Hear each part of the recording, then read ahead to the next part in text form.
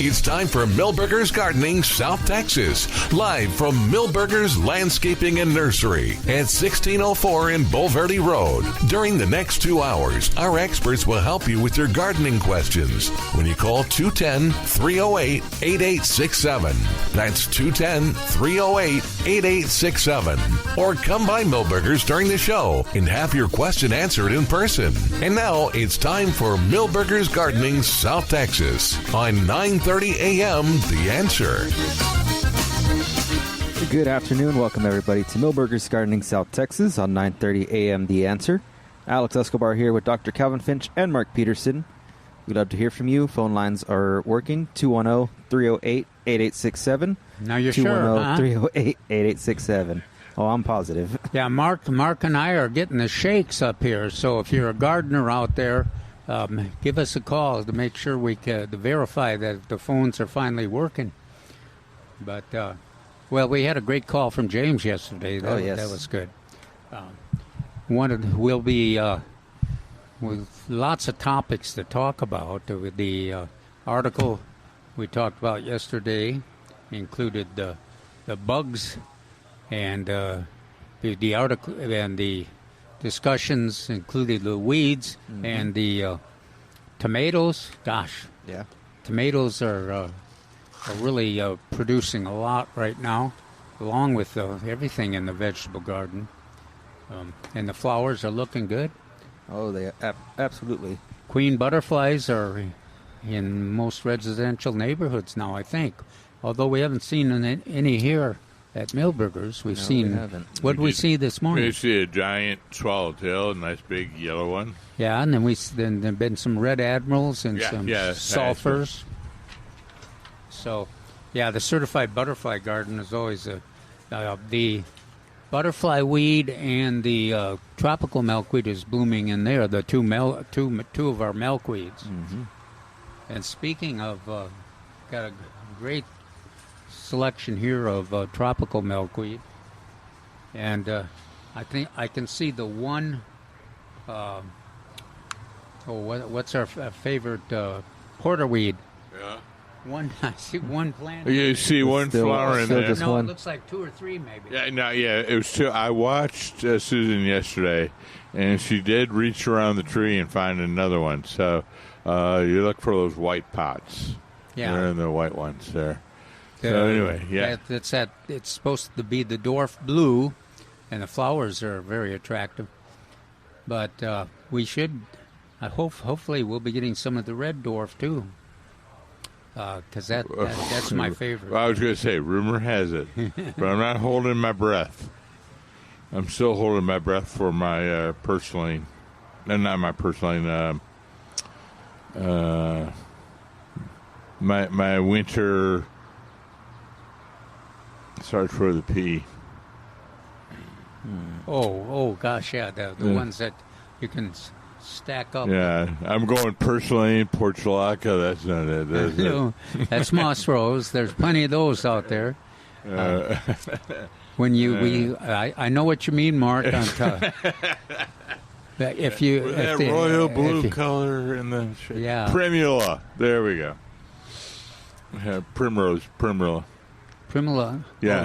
That's the primula. That's a winter. Yeah, that's the winter one. So I'm still holding my breath for that winter one. I thought you were talking about the one. Oh, the one that. No, I was trying to go through on my peas, on my flowers with my peas. That's not. I'm still holding my breath for that primula. Oh gosh, yeah, too. I can. That's one of my favorite plants. It's spectacular. I'm going to have to wait till next winter. Winter to 26, 27. Well, Alex, we don't. If you're looking for colorful plants, though, we don't have to wait till winter, do we? When the primula comes, we got a few here. Oh yeah. Yeah.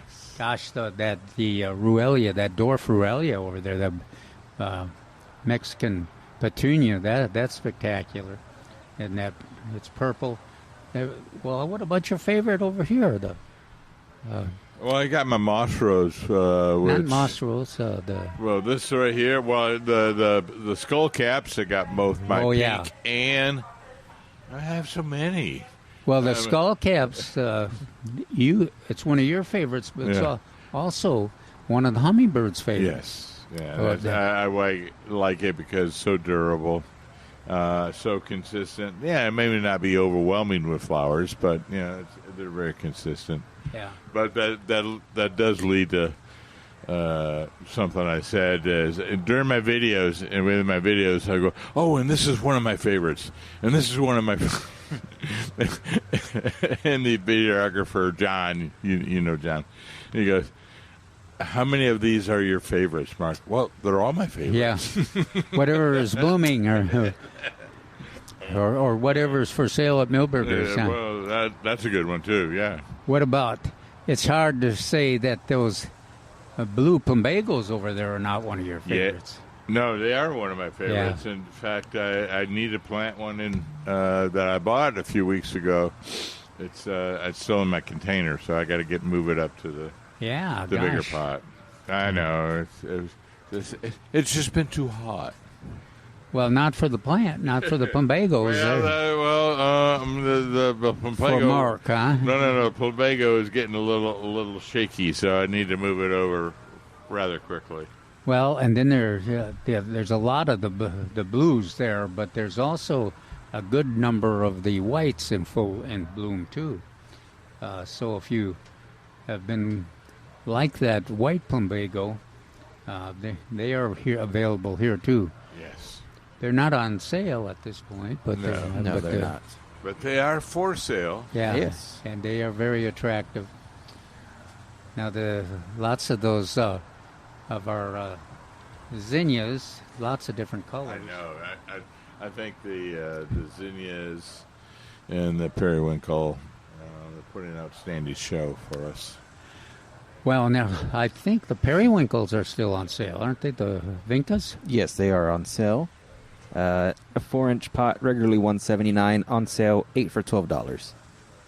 And that's just what you want. You want a nice big bed of those. Yeah, well, and of course, a lot of very large selection. Those favorite whites, I think both versions of the white, the one with the pink center and then the pure whites are available. And then, of course, the dark reds and the regular pinks and that violet. There's a lot of them there. And Alex, do you remember what one of their, besides being beautiful flowers and drought tolerant, what else do you remember what one of their characteristics is? They're disease resistant. Well, and deer resistant. Deer, yeah. Yes. Yeah, they've always been deer proof. Yeah.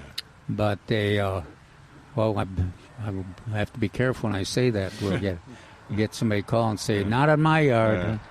But they're highly deer resistant. How about that? I've never had the deer. I've never had a problem with deer. Yeah. And they're very drought resistant. I never had a problem. The disease resistance is rather new. Now in containers, we got to be careful. Okay. Because we even in the garden we even talk about the zinnias being drought tolerant, but once you get them in a container. They and especially if you're fertilizing them with a potent fertilizer like Osmocote, or what is the other one that we have here that Bart likes so much? Oh, he likes the Agriform. Agriform. But there's we also have Miracle Grow and some other products here. Yeah. Now if you got the zinnias and other flowers that are growing big and good foliage.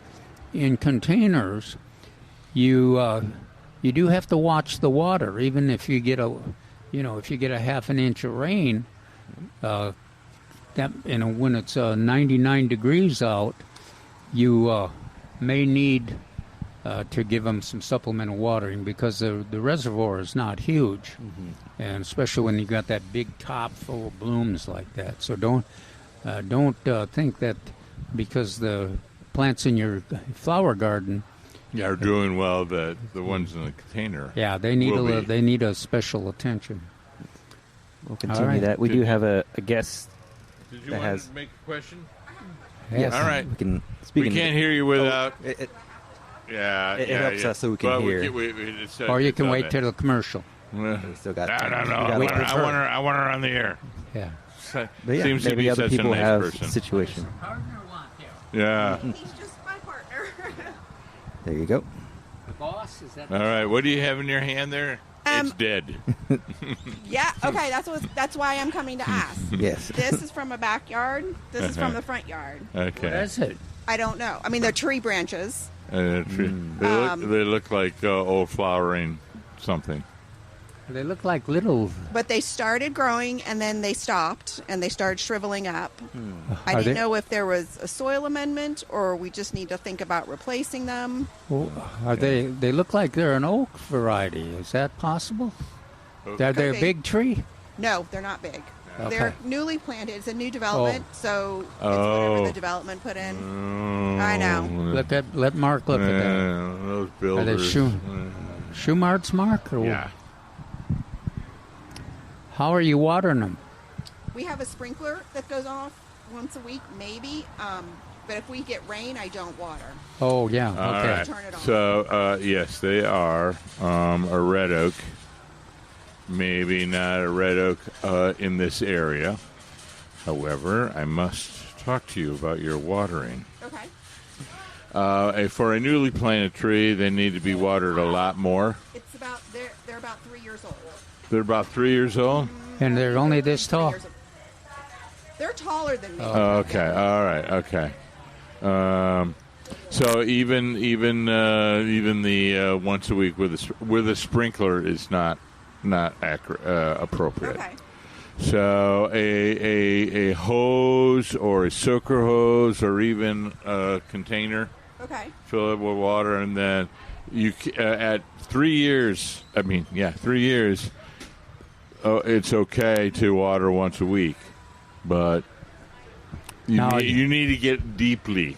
Yeah, probe the plant around the plant and see if it's dry in there. It has a sprinkler that it has the bubbler that somebody put in initially. So here's this is the one that's in the front yard. Yeah, right. And if you swipe left or right, you'll see a green one exactly like this. It's set up the exact same way, and it's I would perfectly green. I would. Oh, well, it's not perfectly green. Again, it's a red oak that was planted, and I'm not going to bet money on this one surviving either. Okay. Now, but do that probe and make sure that water is penetrating. Okay. Right. That's what I think is not getting enough water at the proper depth. It doesn't need a whole lot. It doesn't need more water. It just needs to be at the proper depth. Okay. Now, the roots have extended. If it's 3 years, the roots have extended far out. So you may want to look at 6 to 8 feet radius away from the tree. That's where you're soaking. Okay. Why do you think, Mark, that it's a Shumard oak?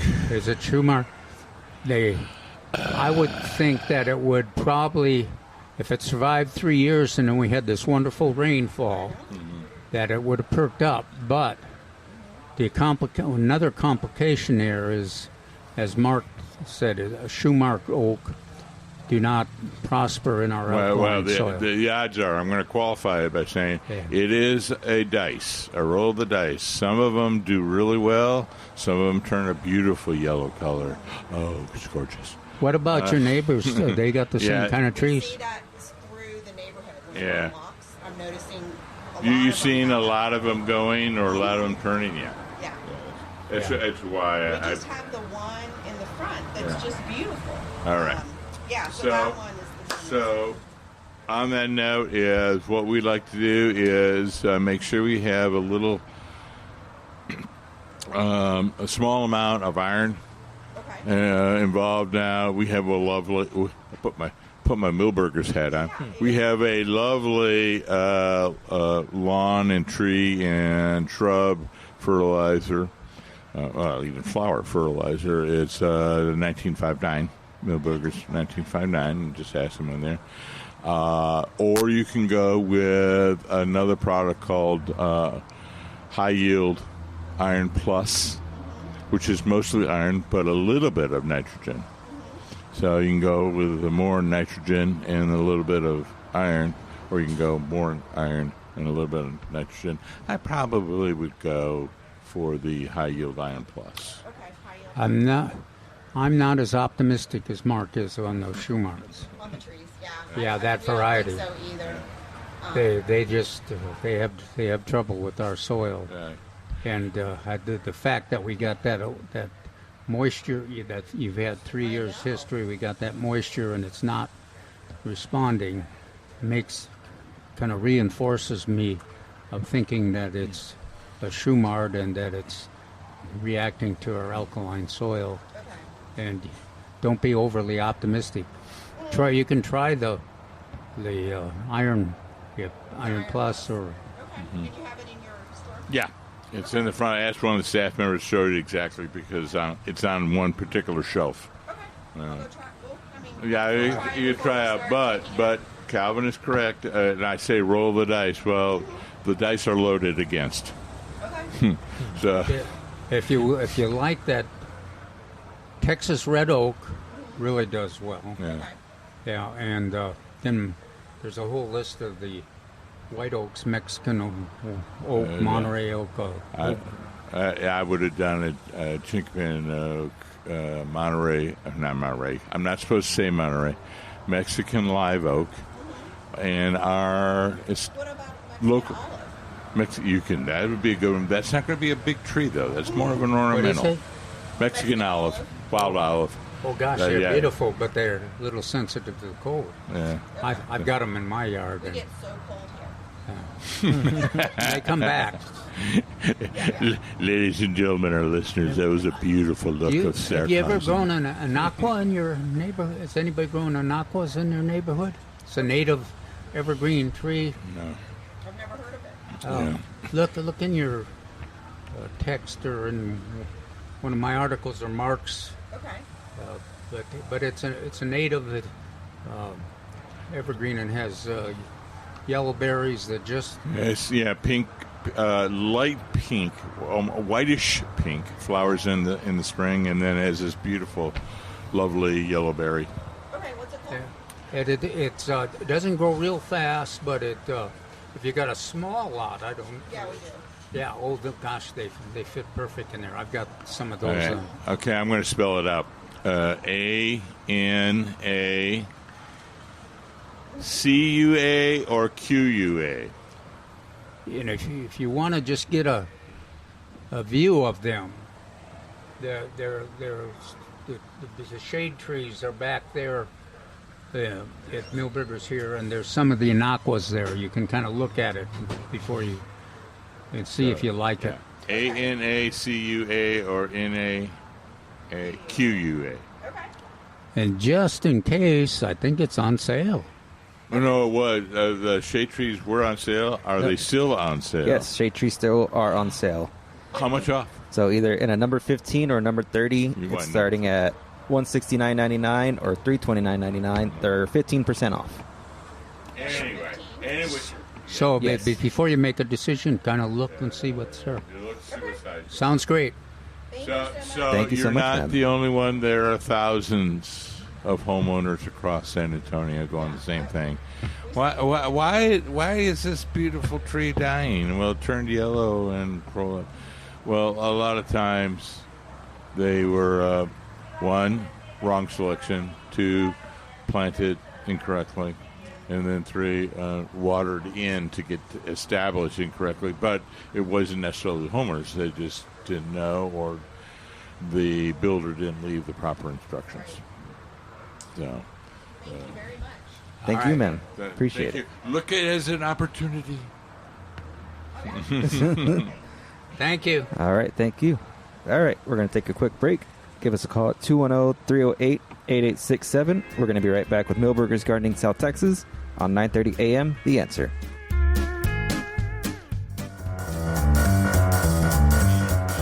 Welcome back to Milberger's Gardening South Texas on 9:30 a.m. The Answer. Give us a call at 210-308-8867, 210-308-8867, or if you're here at Milberger's, coming up to the patio. And bring a fly swatter. And bring a fly swatter. That's all I ask. Now, yesterday we talked a lot about the bugs in the garden, and we didn't talk as much about the spider mites.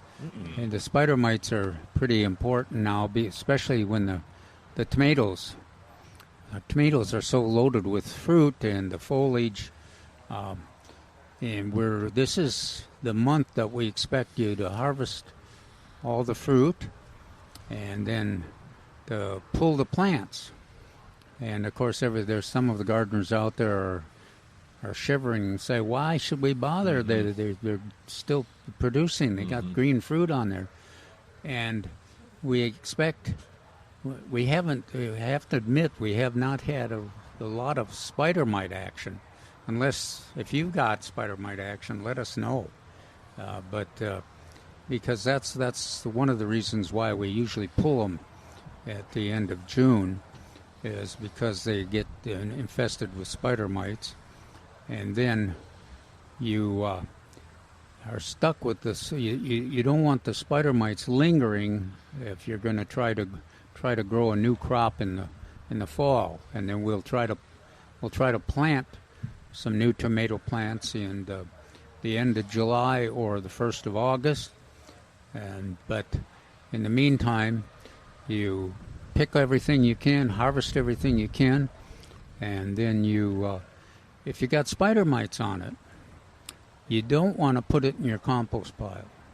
You want to put it in a garbage sack, and you want to send it off to the garbage dump. You want to be careful, too, about pulling the plants. You don't want to dump all the spider mites off. And but if you don't have spider mites, you could go ahead. The recommendation is, at least for me, is to go ahead and pull the plants, and then you can just put them in the compost pile. And then the other thing is get all the weeds, too.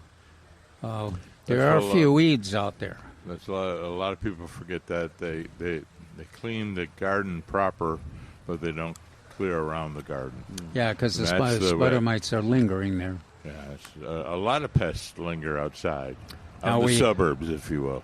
We had a great call from James yesterday. I was going to mention that. He's going to try, what is that organic product that we like? He was going to use a spinosad product. To try that. And now it's not labeled for it, I don't believe. I may be wrong. We'll have to look during one of the breaks. But I would like to know a little bit more about it, because if it does do a pretty good job on the spider mites, well, that is a good alternative product to use. We don't have a product, so I'll be looking to see if it works, one, and two, since it is, quote, organic, that'd be a good alternative product to use. Yeah.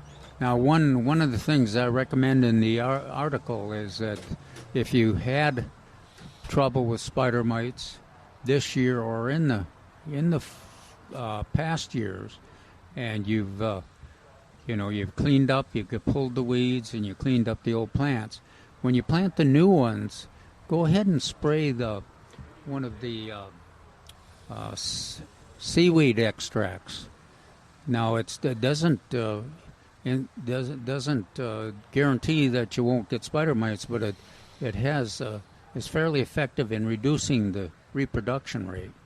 And if the weather breaks in the fall, you get the advantage of some cooler weather, and the spider mites don't reproduce as fast either. So go ahead and consider that if you are planting new plants. And you spray under the leaves, too. Mm-hmm. That's the most important part. Yeah. And once a week. And if you see spider mites on the new plants, go spray twice a week. And that is a product, an organic product, of course, too. And in addition to reducing the reproduction rate of the spider mites, it also gives the plant some access to some nitrogen on the leaf. So So you're getting kind of a double bang, and not perfect, but that'll be real interesting to see how that other option that some of our gardeners are pursuing out there works. But go ahead and make sure, be careful. People talk about question. I mean, we debated a lot about how do you keep from dropping a lot of spider mites, especially if you got a tomato cage. So you do the best you can to be careful about getting the tomato cages will spider mites will linger on them. They are persistent and hold on to their place in the garden. But if you got a great crop like a lot of gardeners do, and no spider mites, gosh, that would be a real advantage. Go ahead and harvest all that fruit, full-size fruit, especially if it's showing a little bit of color, or a lot of them are ripe, and then get those old plants out, and you'll be able to start the new crop in a month or so without any spider mites, and that would be wonderful. Now, on the another thing, if we got a report from Steve Brown on his tomato growing. Steve Brown is if you remember him, he was the gardener or the weatherman at the KSAT for a lot of years, popular. And he also was a great gardener, still is a good gardener.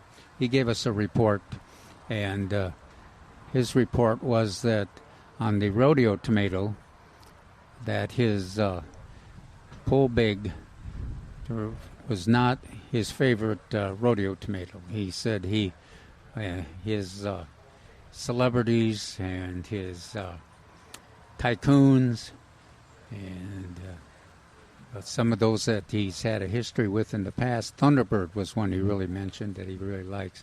They were larger fruit, more productive, and he's having that same luck with them this year. We've had other callers mention that as well about the pole big. We've had a few of those, and it would be great if we've had other gardeners. Now, I harvested some pole bigs, and I was kind of content with them, but Steve thought it was a lot. It reminded him of the Italian tomato that. Which I can't remember. Gosh, somebody will help. Generally, Lulu will send us an email, or somebody will give us a call and help us remember what that tomato is. It's one that ripens early. It's got a kind of a thick skin. We use it in a lot of Italian recipes, and it's a good one for the garden. But it also is when we're looking at the fall production for the rodeo tomato. We would prefer to have larger fruit, more fruit produced, and that is what Steve mentioned on his report, and as Mark and Alex have mentioned too, that we did get reports from other gardeners that the pole big was not the highest producing rodeo tomato. So let us know how yours have turned out. And when we get a hold of David, we'll ask him. And he's probably hiding out. Yes, that was kind of a leading question. Yeah, well, we take a chance. Mark is talking about we go through led by David and the extension service people. We pick a new rodeo tomato every year so that our gardeners always have a choice, and we can compare the new rodeo tomato to the past. And talk a little bit, Mark, about why that it's important, why we need to keep introducing new tomato varieties. Well, yes, it all goes back to seed availability and the development of seed. So a lot of corporations, it's a highly competitive race to develop all kinds of new seeds, and a lot of times the old stalwarts stay by the road or left on the side of the road, and they are trying to find plants that are be best for the market. The commercial market. The commercial market. So they're looking for a certain size, certain color, a ripeness, but not too ripe, and then uniformity in the fruit size. And that goes back to shipping. So they're going to be if it was a perfect square, they would love that on that. But those are some of the aspects that the commercial seed developers are looking at. And of course, the homeowners, we go, well, this was a great one. Can't you produce this one every year? And they're like, well, maybe not. Yeah, our commercial producers found one that works better for them. Now, we've been lucky. Celebrity has been a rodeo tomato that's been very successful and been able to keep that available. Tycoon so far, but we've gone through a few close calls on Tycoon. Red Snappers. Red Snapper was one we thought was going to be very good and very commercially oriented. Again, we haven't heard much about it. Steve liked it, and also the Thunderbird was. I really like it too, and so did he. But and then there's certain ones I like too. Valley Cat was a little smaller, but it was nematode resistant and a good flavor to it. Well, and the Valley Cat and Tycoon and Celebrity not only perform well in our local gardens, but if you've had trouble with nematodes, those are the three selections that are nematode resistant. And so when you're harvesting those or pulling those tomato plants, if you've got that flattened root, and we're talking about high production this year, but if you didn't see a high production and when you pull them out and you've got that flattened white root, that could mean nematodes. And if that's the case, you can drag those the plants in for us to see, or your local extension agent to see to verify if it's nematodes. But the other, and if it is, or if you make that diagnosis, then you want to stick to Celebrity, Tycoon. Valley Cat. And there's another one out there that I can never remember. BHN 968, I think, is one. Yes, it is. But I was thinking of another slice. And tomato. Those are 4 wonderful choices, and so far they're still available. So, anyway, give us a report. Give us a call, please. Give us a call while we take this quick break. 210-308-8867. We'll be right back with Milberger's Gardening South Texas on 9:30 a.m. The Answer.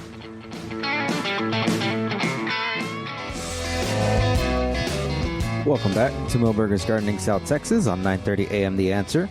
Give us a call at 210-308-8867. 210, what's that?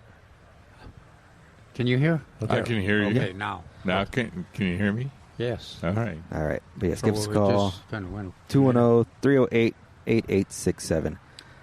We've spent a lot of time this spring offering classes on the monarch and milkweed, and of course Milberger's was a significant partner in those classes, and the distribution of seeds and germinated plants, because the monarchs will only lay their eggs on the milkweed, and the monarch population migrates.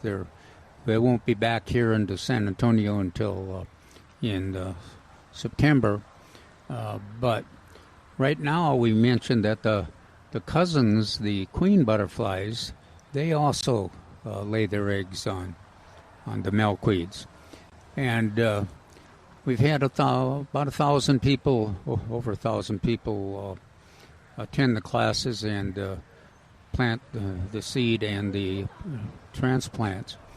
But if you want to get involved, if you are ready for action, you might want to try planting some milkweed seeds in your landscape.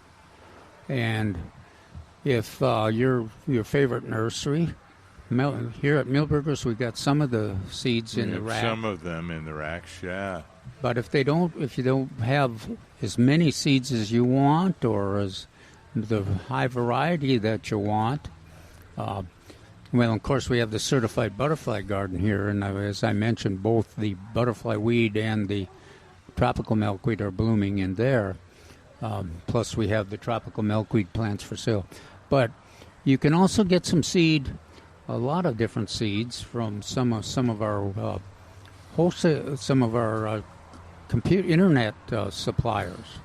One of those is Douglas King Seed Company. Mm-hmm. They provide the Zazodi seed, which is a native milkweed seed to the south and west of San Antonio. And then the big supplier is our friends at the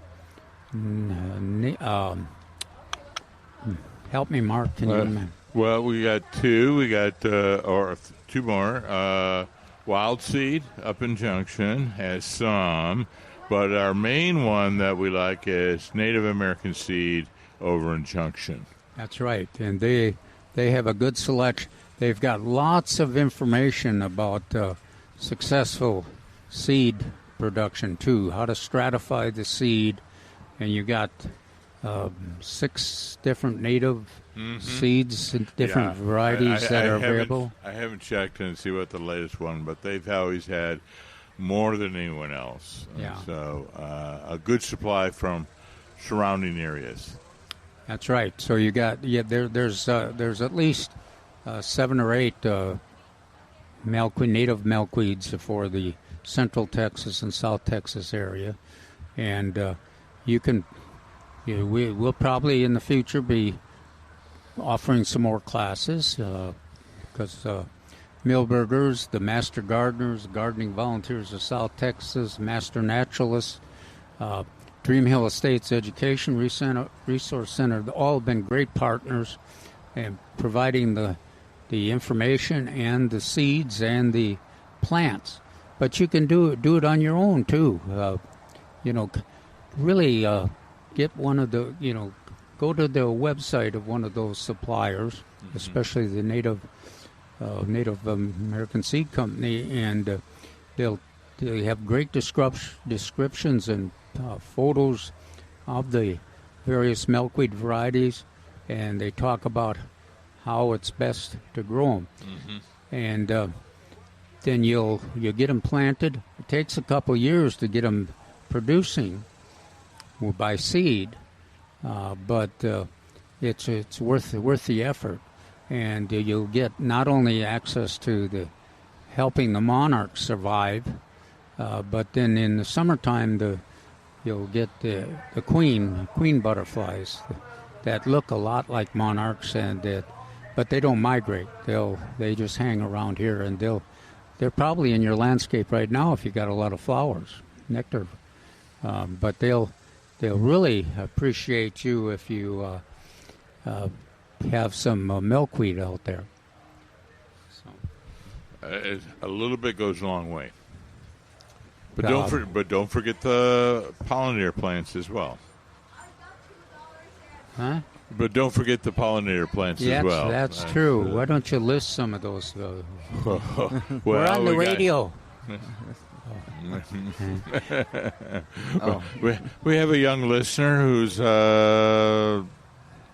bothering us.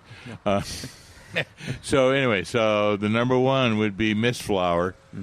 Greg's Mistflower, or sometimes called blue Mistflower. There's a white one as well. If you can find it, get that one. But the mist flowers themselves, you can't discount that. They have beautiful foliage. Yeah, they're all star pollinator plants. Not foliage, flowers. And then our zinnias. Oh gosh, yes. And pentas, and salvias. Yeah. A whole host of plants. And the lantanas. We were just watching earlier today. Now, of course, if you remember, folks, I have a general rule. Hummingbirds like tubular flowers, and butterflies like rounded shaped flowers. As then I said that to somebody, and they went, wait, look. And I looked, and I saw a hummingbird right on the cone flowers over here. Yeah. But the cone flowers... and the zinnias. They love the zinnias, too. Well, every rule has a caveat, I guess. Mm-hmm. But cone flowers, Rudbeckia, that's kind of the black-eyed Susans. One porter. We got one porter weed. And we got one porter weed. That's another one. That is, Mark and I are fascinated by it. Our good friend and great horticulturist and botanist, Paul Cox, was an advocate for the porterweed. It's got an ugly name, and it's a weird flower, but gosh, it's one of the few plants where you can expect to have, in a typical day, you can expect to have hummingbirds, butterflies, and bees on that same plant. So anyway, those are my big ones. You want to get zinnias, and you want to get your mist flowers, but just about every flower. Sunflowers work. Sunflowers work well, particularly for a few different butterflies. And if you're into fritillaries, the passion vine, and you got lots of choices. There's some pretty spectacular vines with different colored flowers, and there's that native passiflora, and that's a little easier to grow and control because it freezes back every winter. But that's the place where the fritillary butterflies lay their eggs too. And right now they're active in the neighborhoods, and you probably see them. They look a little bit like monarchs, except they got a longer, thinner wing span, and they're still that orange. And they don't have as much of a black pattern on them. But then there's a second species, too, of the fritillary that's actively laying eggs out there.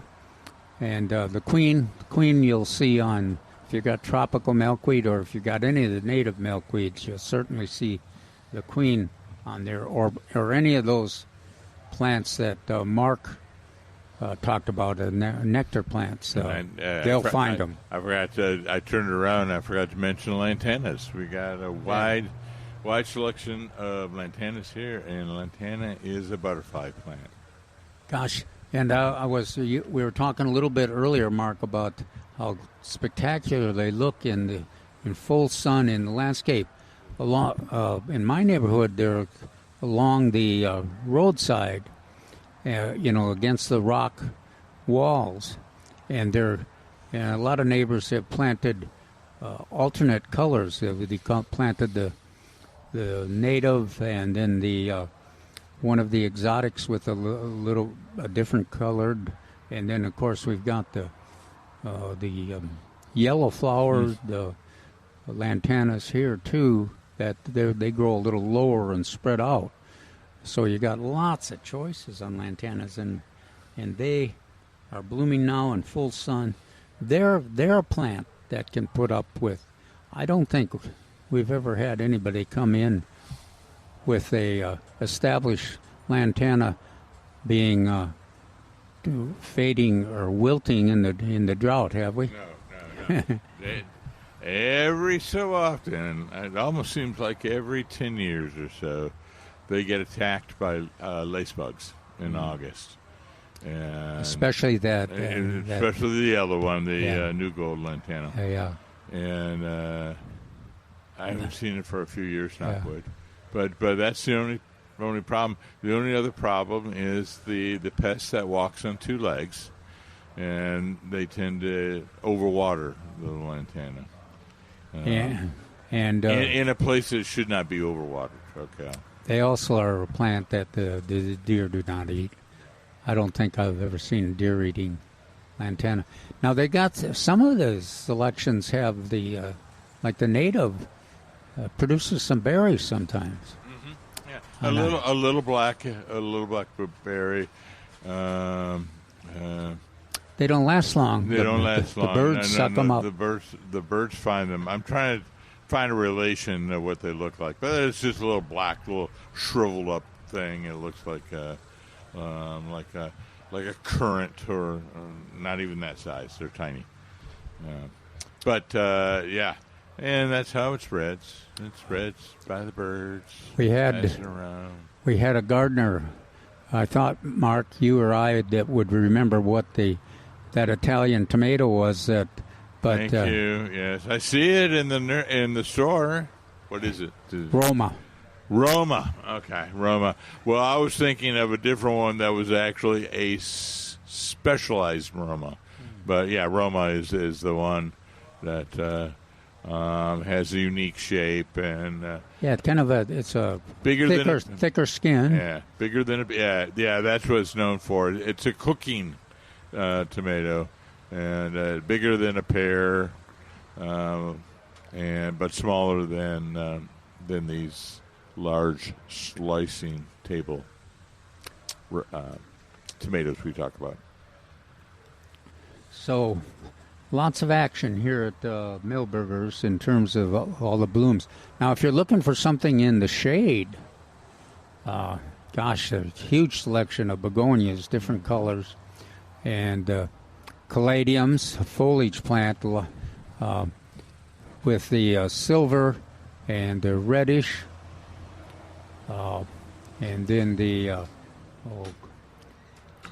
coleus over there is another shade plant. So I like the coleus and begonias. Those are my favorite in the shade. Although, I'm looking across the way at these perennial shrimp plant, and they're quite very lovely as well.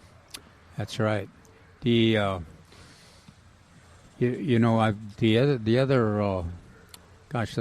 plant that you'd mentioned before is the penta.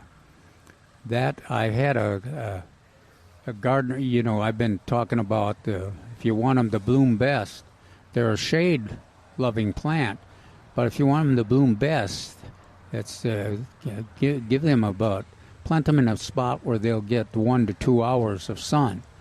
And I had a gardener that didn't have the same luck that I have had with the afternoon sun. And said, well, why is his planting on the east side of the house in the morning sun, where they get at least 2 hours, maybe 3 hours, doing so better than the one on the west side where they get 3 hours, but from the afternoon sun. And I think that the issue there is there is a favored place, and I think in the afternoon sun 3 hours may be too much. At least they're not dying, and they're still blooming, but they're not blooming in the same shape or size as the.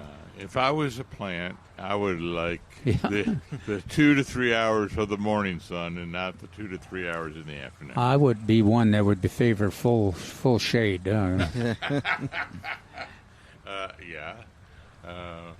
But that's not the option I was going for. Yeah. So that's the pentas. They're great. Oh yeah. Well, there is a gardener over there that's waving to us that he's using that different salvia over there. Oh yeah. All right, we got one more hour in our show. We're going to be right back with Milberger's Gardening South Texas on 9:30 a.m. The Answer.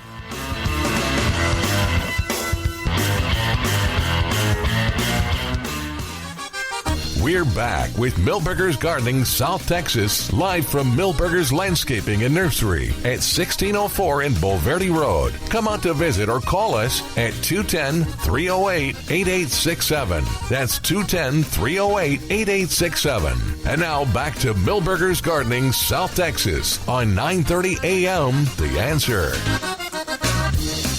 Welcome back to Milberger's Gardening South Texas on 9:30 a.m. The Answer. Alex Escobar here with Dr. Calvin Finch and Mark Peterson.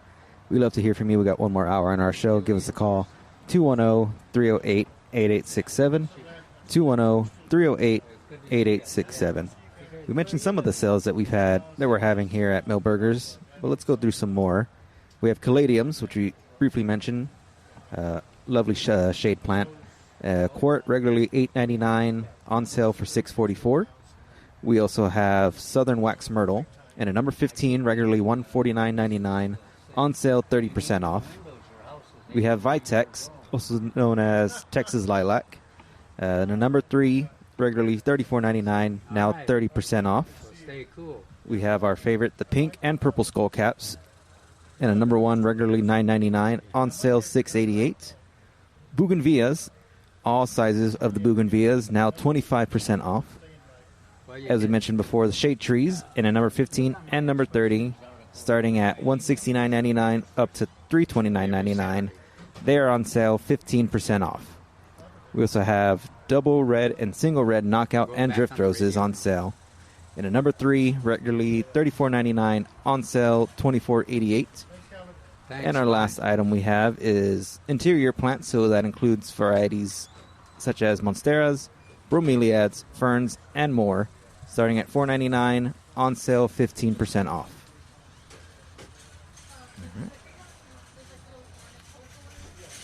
Why are you looking at me? Wait, look at me. Hey, I did have something. What'd you have? Yesterday, we talked a bit about blackberries. Mm-hmm. And I went over this morning. I'm trying to find my list now. Of blackberries. Now, I have to do it from memory. I've lost it. Oh, man, that's scary. No, I can do it. We had Arapaho, Navajo, and Kiowa out in the back. Now, the Kiowa is the new thorn with thorns. Yeah, it had some thorns on it. Yeah, that's the variety that who liked that so much? Oh, Jerry did. Jerry Parsons really liked that one. Yeah. So the other two are the Arapaho and Navajo are thornless, and they're vigorous plants. I said that yesterday. So I was impressed with the vigor of both the Navajo and the Arapaho. Are they showing berries? Yeah, they are. And so then I went back and I had to make sure. I made a statement that the season is right now. And then I thought, am I right on that? Yeah, and then I looked up. Yeah. The berry season is June and July, generally. It doesn't go much past the second week of July. But the thing about the thornless is so exciting is that, gosh, anybody that has grown blackberries through the years, you have to cut out this year's old wood, so that the new stems can grow, and lots of thorns there, and so if you'll end up with arms like mine with all the cuts from the thorns. Of course, roses do the same thing, but they're not as hard as I always thought that one of the best things to plan out would be a raised bed 4 feet wide and 12 feet long, and then you get several bushes several plants in there, and then you could just mow it from one end to the other. Not with you would have to use loppers or shoes, but when I say mow it, you start at one end and just go all the way down to the end, and then when you're done, you're done. You know what? My wife Judy really liked the blackberries, and she planted them in half whiskey barrels, and that they stayed in those whiskey barrels for 2 or 3 years, and then the next thing you knew, they were 7 feet out on either side. And you had to. They're a serious plant, and they're aggressive. They're easy to grow, and they can put up with our heat and even the drought. Now, if they don't get enough water, your production is reduced. But they're wonderful.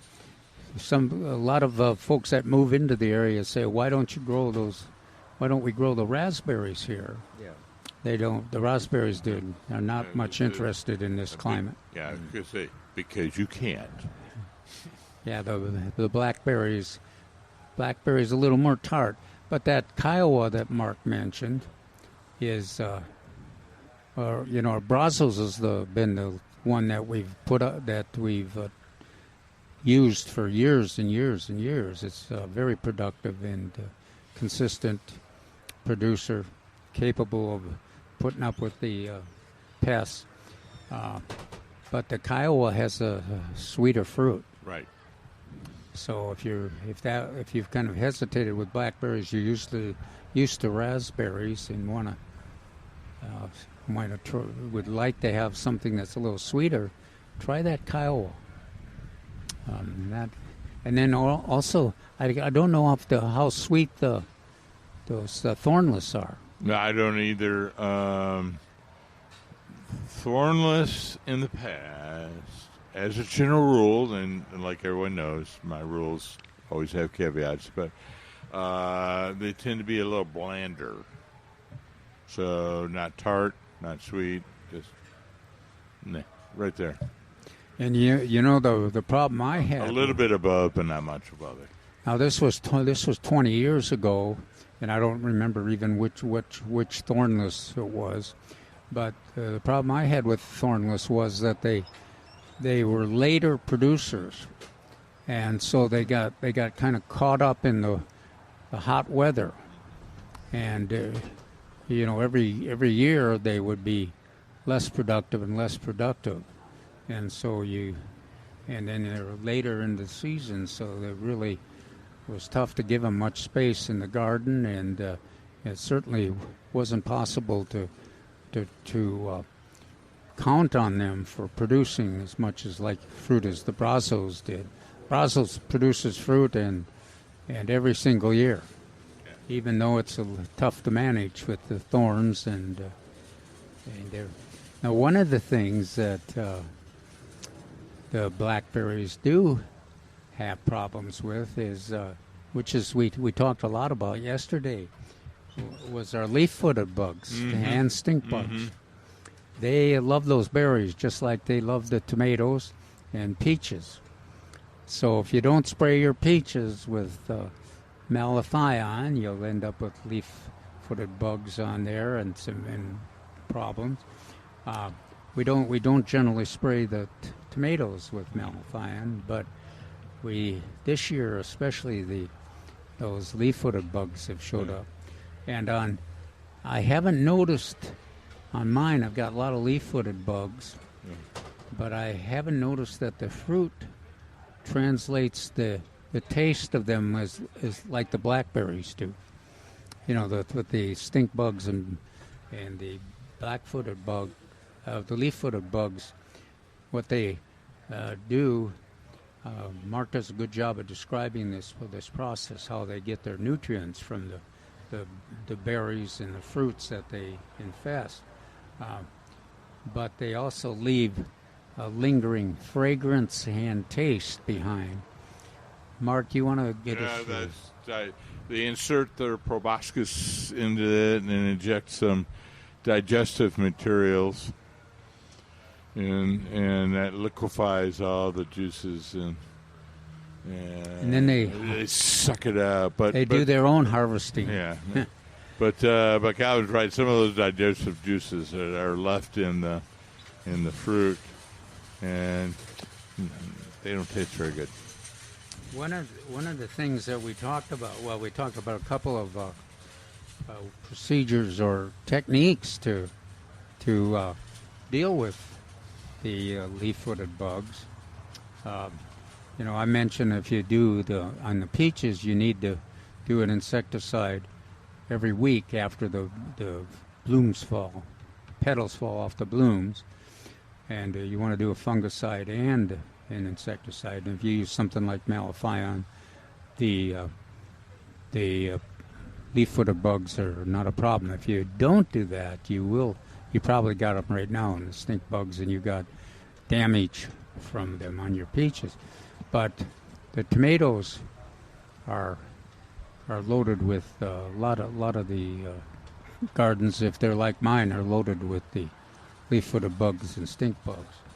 One of Trace, the former manager at Milberger's, he was a good gardener too, and he used a vacuum cleaner, one of those portable vacuum cleaners to kind of collect those leaf-footed bugs. And we would like to hear from anybody who has done that as well. Yeah, identify the selection of what are the ones to use, and then how effective are they. James mentioned that when he talked to us, he mentioned that he had heard about that before, but I don't think he had yet directly used that vacuum cleaner.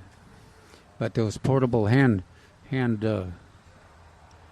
with batteries. Yeah. And because if you dealt with the leaf-footed bugs, like you go near your tomatoes and they all come flying out, but they don't go far. So you pick the tomatoes and then some of the tomatoes, and then you go to bring them in, and they're back. But, I think you had a good idea yesterday, Alex. I said a hardware store, and then you said an auto parts store. Yeah. And I went, hey, yeah, because that's auto parts, like Riley's or what's the other one? AutoZone. I should know AutoZone. I go there. Actually, it'd be wonderful to get a report on somebody that uses them. Yeah, that's what I'm saying. Is anybody has ever used one of those? Because it's not just us. You see it pop up on the Book of Faces every once in a while. And if it's effective, it makes it less likely that you'll have to use any kind of pesticides. Now, we hope that James will have luck testing his new process with the organic pesticide, but so far we haven't gotten any positive reports that that's going to be effective. What is that product, Mark? That's spinosad, and he was using a product, a company called Monterey. Yeah, and that's a good one. Yeah, spinosad is effective in a lot of different uses, but we haven't heard that it's worked. He's doing it on spider mites. Yeah, he's using it on spider mites, but it has been used for a wide variety of insect pests, just because of its organic ability. It's an organic product, or classed as an organic product, and the ability to counter a wide variety of pests. So we usually go, okay, it will work on caterpillars, but we'll reserve BT for the caterpillars. Well, now I got beetle problems, eating foliage or invading trees or what have you. Well, then I can use that and spray that on. Now, I've known some gardeners that have used spinosad to try on stink bugs. Haven't necessarily had much luck with it. So hopefully it'll the techniques and the mixes that James is trying will be more effective. But boy, spider mites are tough to control. They're just we're desperate for looking for ways to control them because of their impact on our plants. Generally, the larger the insect, the more armored it is, and the more difficult it is to kill. So you look from like a stink bug or a beetle or a grasshopper. These are real tough insects to kill. Yeah. And sometimes the physical method is always the best if you can get enough of them. Not the cleanest, but it's Now, one of the things, how close are we to a break? a couple minutes. Okay. About 2 or 3 minutes. I wanted to have Mark talk, too, about, I've had a couple of gardeners that have planted new trees that have had problems with damage to the vascular system from deer, not just deer, from string mowers. So you absolutely have to deal with those two issues. It's that nasty pest that walks on two legs. Oh, it's terrible. Hard to control. Yeah. So on the string mower, I guess we got a little time. We'll just start with that. You want to stay away from the tree, especially newly planted trees that have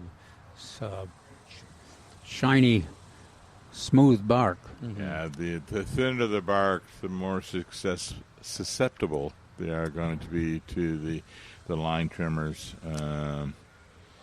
lawnmowers, any kind of potential problems next to that. Even large amounts of mulch on the thin bark species can be detrimental. Yeah. So no volcanoes, please. In my neighborhood, the Texas red oaks have been particularly susceptible to the string mowers.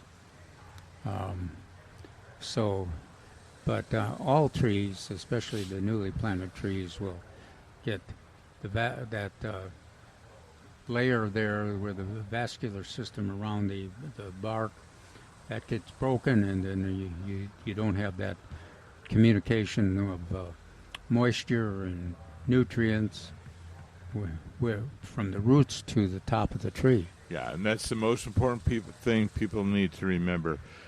The most important living organ in the tree, if they will, is the cambium layer, because that produces the downward vessels to go to the roots after the leaves produce the food, and then there's the xylem that's just carrying the water up. And so that is the most important organ on a tree that you need to protect. People go, what about the inside of the tree? I'm going, that's dead. The inside of the tree is all dead. What's the outside of the tree? You got to protect the bark. No, the bark is dead. Don't worry about those. Keep that thin layer of living tissue around the tree. Keep that alive. Protect that at all costs. And even if you doesn't kill the tree, it certainly, any damage to that vascular system reduces the growth rate. I've had trees that were pretty close together where one was damaged and one wasn't, and the growth rates are just so different. Yeah. All right, we're going to take a quick break. On the other side, we have Sharon on hold, so we'll get to her after this. Oh, gosh, yeah. We're going to be right back with Milberger's Gardening South Texas on 9:30 a.m. The Answer. Should have told you. Welcome back to Milberger's Gardening South Texas on 9:30 a.m. The Answer. 210-308-8867. We have Sharon on the line. Sharon, it's good to hear from you. How are we doing? You're doing great. Great. What's up, Sharon? I wanted to ask about some questions on tomatoes. Number one, the rodeo tomato this year, is it a permanent or otherwise? Yes, the Polbig is a determinant. Okay, so it's got to go in shortly. Yeah, that's right. Yes. So it's not like an old-fashioned one or one of these better boy type ones that are indeterminate. Okay. Now, I bought 2 tomatoes, and they're both aroma. The one is just it says Roma. Mm-hmm. The other one had St. Marzono Roma. Yeah. Okay. What's the difference? So then I'll tell you about mine. All right, so the St. Martin, or whatever it is, Marzoma, yeah. Yes. Whatever. That is supposed to be one of the best Italian tomatoes ever. Okay. So they come from a little place outside of Naples, and so there's the best. Yeah, that's always debatable, but try it. Make sure it's supposed to be a little thinner skin. We're talking about how the Romas tend to be a little thicker skin because they are cooking tomatoes. But that one's supposed to be sweeter and thinner skin. Okay. Did you have it planted this spring, or you're just thinking of it in the fall? No. I've got it. Oh, okay. I bought one of each.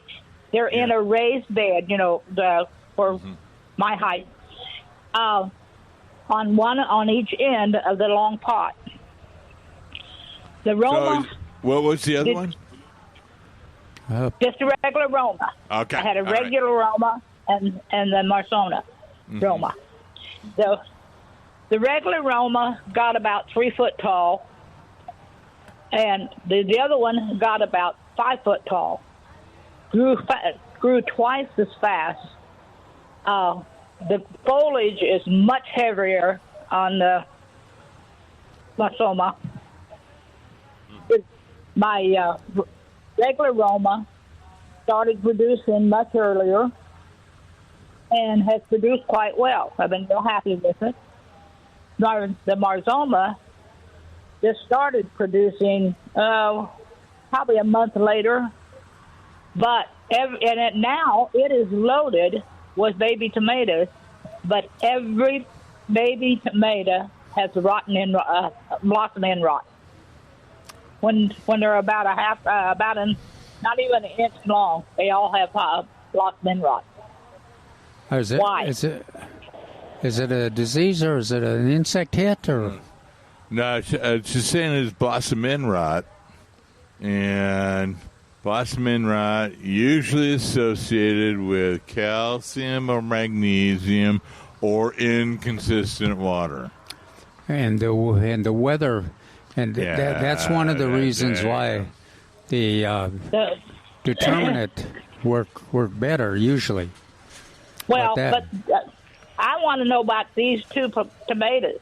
They're in the same pot, same soil, just on opposite ends of it, probably 6 foot apart, or about 4 foot apart. Oh, okay. So they're in a big pot. Okay, I thought they were in separate pots. Okay. No, well, it's a raised bed that's on legs. You did say that, yeah. Yeah, raised bed on legs.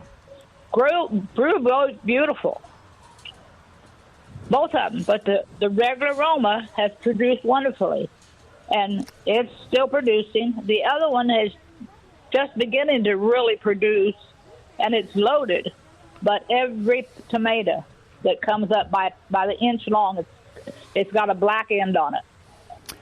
Yeah, and that indicates that the two varieties, one is much more capable of dealing with the weather challenges that it's faced this year. The other one, if the conditions were perfect, it would produce a lot, and it needed a longer season. That's why we have rodeo tomato competitions, and that's why we recommend determinate. The determinate and semi-determinate, the idea there is they get to a full size quickly and they concentrate on getting fruit produced, whereas the old-fashioned or the indeterminate tomatoes, they just keep growing and looking good as long as the weather is okay, but by the time they decide to do fruit, it's too late for them to, either spider mites come or it gets too hot. Yeah. Well, are they Romas? Are they determinate or indeterminate? Yeah, it depends on the Roma too. Yeah. I think they're mostly determinate. However, I can't give you a yes or no, a definitive yes or no on that. Yeah. We'll check on the what was the other one? It was say it again, San Marzano or something like that. San Marzano. Yeah. Roma. San Marzano. Yeah. Marzano. Marzano. Yeah. San Marzano. So I always equate it to, well, you got the Roma there, that's the quarter horse, and then you got the San Marzano, that's the thoroughbred. And they're just going to have problems with that thoroughbred the whole time. So you think that's the one, that's the bigger one that is not? That's the bigger one that has a lot of leaf. I thought you were going to tell me that it's full of leaves and no fruit, but you said it was for the longest time. It was just full of fruit, leaves. Yeah. And now it's starting to. It's loaded with baby fruit now, but. Everyone has black ends. Yeah. Well, I think Texas weather has something to do with it as well. You know, one tactic you might try, if the foliage still looks good. It does. You might want to pull all those. Is it still blooming too? Yeah. You might want to pull all that damaged fruit off and see if you, because those small tomatoes could be produced quickly, and just make sure that the water is regular to deal with this 90-degree heat. I've used nothing but rainwater. Oh, really? I had rainwater. I had the whole bed is nothing has had nothing but rainwater. Well, that's good. This has to be consistent. That's the whole thing. I kept it good you can't do one day and then wait 4 days. It'd be wonderful if you did that research. You did that. Pull all those infected tomatoes off and see if they can produce some quick small fruit that works well. Yeah, I'm with Calvin. I think I would suggest pulling all those damaged fruit out, and it's still blooming, and I think it's green and leafy, so I'm not going to add any more nutrients to that. But I'm just going to make sure I got good watering. That'd be a great experiment, and let us know what results you get. What do you usually put in on the soil for root rot? I mean, for blossom end rot. Well, that's a debate is on that. Some people put the old Epsom salts. They swear by that. Somebody use Epsom. Some people just go, we got enough calcium and magnesium in our soil. Your bed is raised. And so I would make sure that if I had a slow release, that I had enough, calcium. You're using rainwater, so you don't get the benefit of that wonderful Saws water. But make sure you get some calcium and magnesium in the soil. Some micronutrients. A couple of days ago, put a bunch of Epsom salts around the to see if that would, because that's what I've always been told, use Epsom salts around your plants to stop the blossom end rot. Yeah. So I don't know whether it'll help or not, but I give it. It will help. I put it on there and watered it in. Yeah. Again, because it's a raised bed, and I'm assuming you use potting soil or planting bed soil as well as primarily that's going to be deficient in a it's few my things. own mix. Oh, it's your own mix. Yeah, I do know. I haven't fertilized it lately. That's one thing I forgot to do this year. But do you have any? Osmocote is some of the organic products are so slow. Okay. You might. Yeah. How big is the raised bed? It's about 2 foot wide and 8 foot long. Okay, so it's just like You might want to. It's one of those.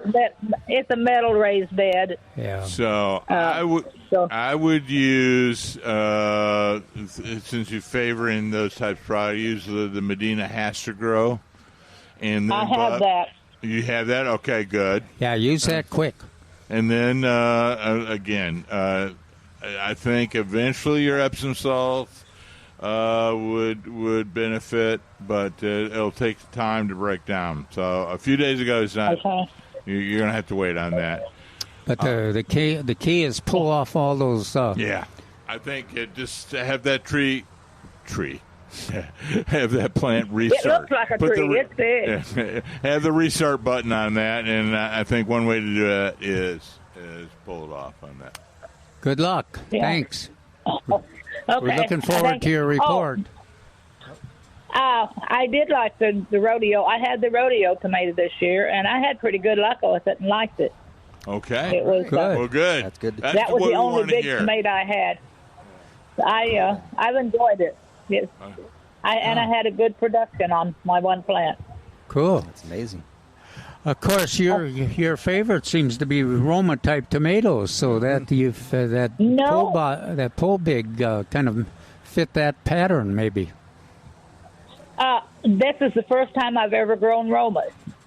It was. Okay. I just happened. I saw them and I thought, I'd like to try those, and then I saw the other one and I thought, well, I can put both of them in the same pot, and.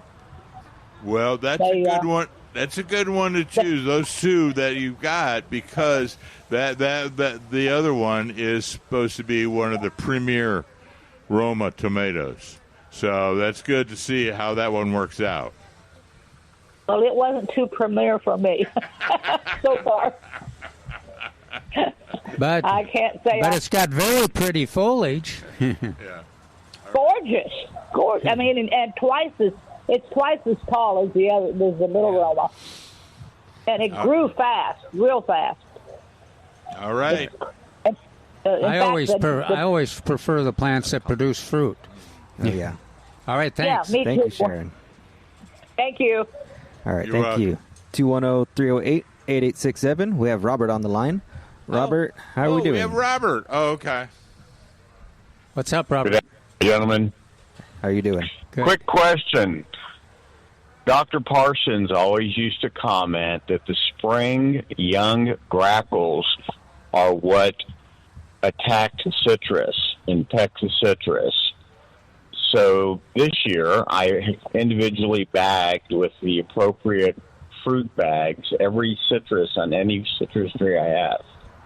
Is the danger of birds over because the young grackles are no longer young and it's no longer spring?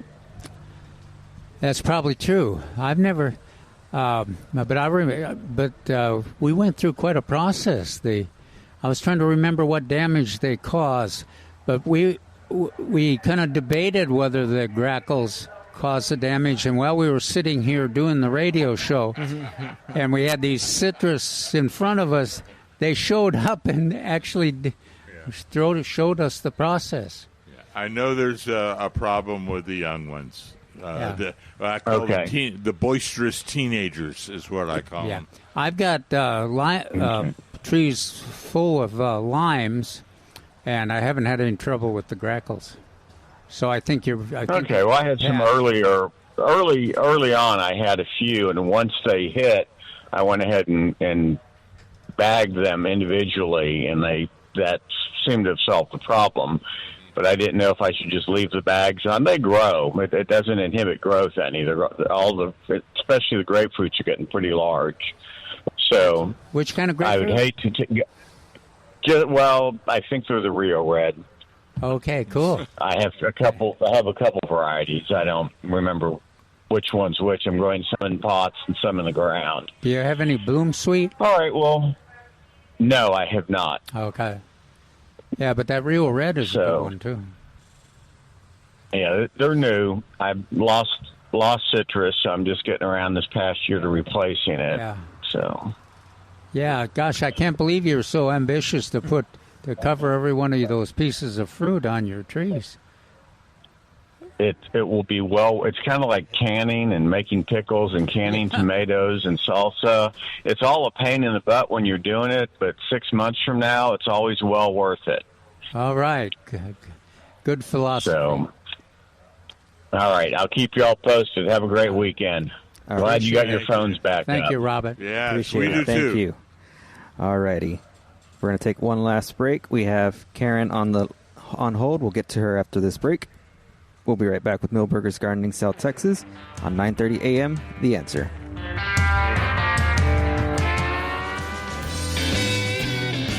Welcome back to Milberger's Gardening South Texas on 9:30 a.m. The Answer.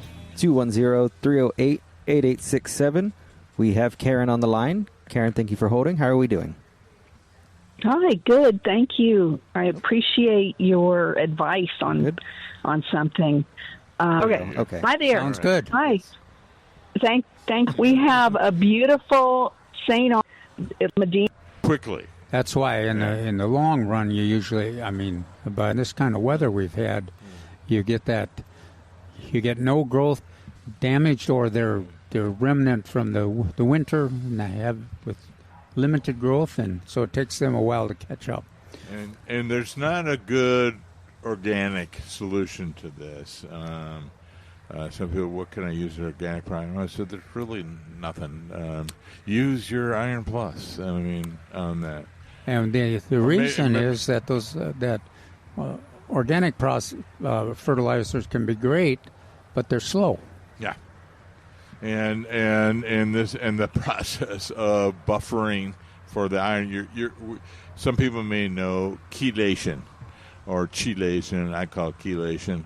An iron is chelated. That is, the iron molecule Fe is attached to a carbon chain, and what that does is it allows the plant to take that up by the roots. In a form that it's easier than just straight iron. Like iron sulfate, a kind of very old-fashioned, very common one. You could use that, but I would always suggest you mix that up with a little high-quality compost, and it does a much better job. Well, I'm trying to remember how many years ago we did that big experiment, and the iron sulfate worked well. Yeah. And the Iron Plus worked well, and most of the products worked. Some were fast and some were slow. Yeah.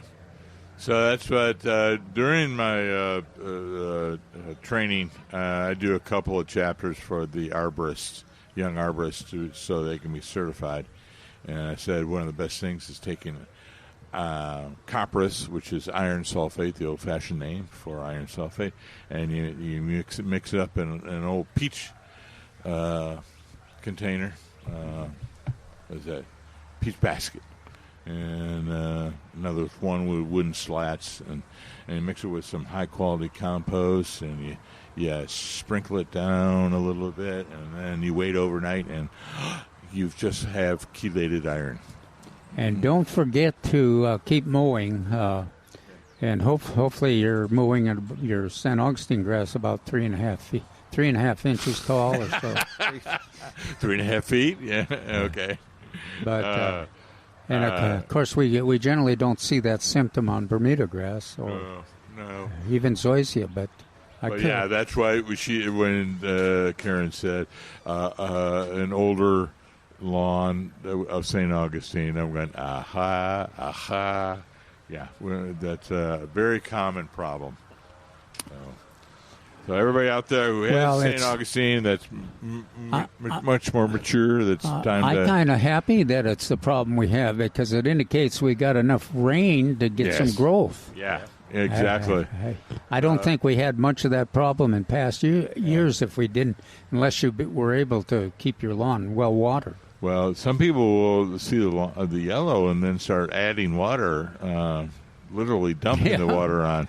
And then what happens is they get a fungi. They get either a brown patch, and it's now known as large patch, or take-all patch. And, don't do that. Or gray spot, which is a very common one in the summer. So great gray leaf spot. And the good news is that gray spot and the take-all patch is one that kills the grass, but the others are one that temporarily kills the top. Yeah, so you can literally just have the entire top and the runners. People see, I can see all the green runners from the St. Augustine. I said, don't worry, they will come back once we change the watering practices a little bit. You can add a fungicide, that's perfectly fine, but that one does not kill the roots. Take-all patch does. Okay, everybody, get that Express News article for Saturday. Yesterday, it should be in the Sunday paper, too, if you get it at one of the gas stations or Valero, where you get it. And it talks about the insects and how to deal with some of those insects that are really affecting us at this point. And it starts the conversation about pulling the tomato plants, get those harvested, and then next Saturday, 4th of July. 4th of July. Our traditional time to pull. That's right, our tomatoes. And so that hopefully we can continue the way we are now, that we just got a lot of production, and we've got some insects, but they're lace-footed bugs and stink bugs rather than spider mites. So if we don't have spider mites, that'll make it much easier for us to transition into a fall crop. Mm-hmm. Mm-hmm. And then we'll keep you apprised on when the tomatoes are coming in. That's right, and they will be. Expect us to have the tomatoes that are determinate and semi-determinate, so that they get the full size fast and the fruits produced, so that it can beat the cold weather this time instead of the hot weather and the spider mites. What else, Alex? That's pretty much it. We will be live again on Saturday, so I think. And the phone works. And the phone works. It's so wonderful. We were blessed today with a lot of great callers today, yes, and guests that came up to the patio today. Yeah, it's good. And, of course, if you want to see an exciting plant situation, just stop by here at Milberger's. All the color and the seeds and everything that you need. Trees, the trees that we talked about. And I'm sure they're all available. I'm sure there'll be a lot of great sales this upcoming week, especially with it being the 4th of July next Saturday. Hey, we can talk about what flowers to plant to mimic the 4th of July. Yeah, that's true. Red, white, and blue type. What can you do? I used to write this article all the time for the garden style. So what plants can we use that are red, white, and blue? Well, it sounds exciting.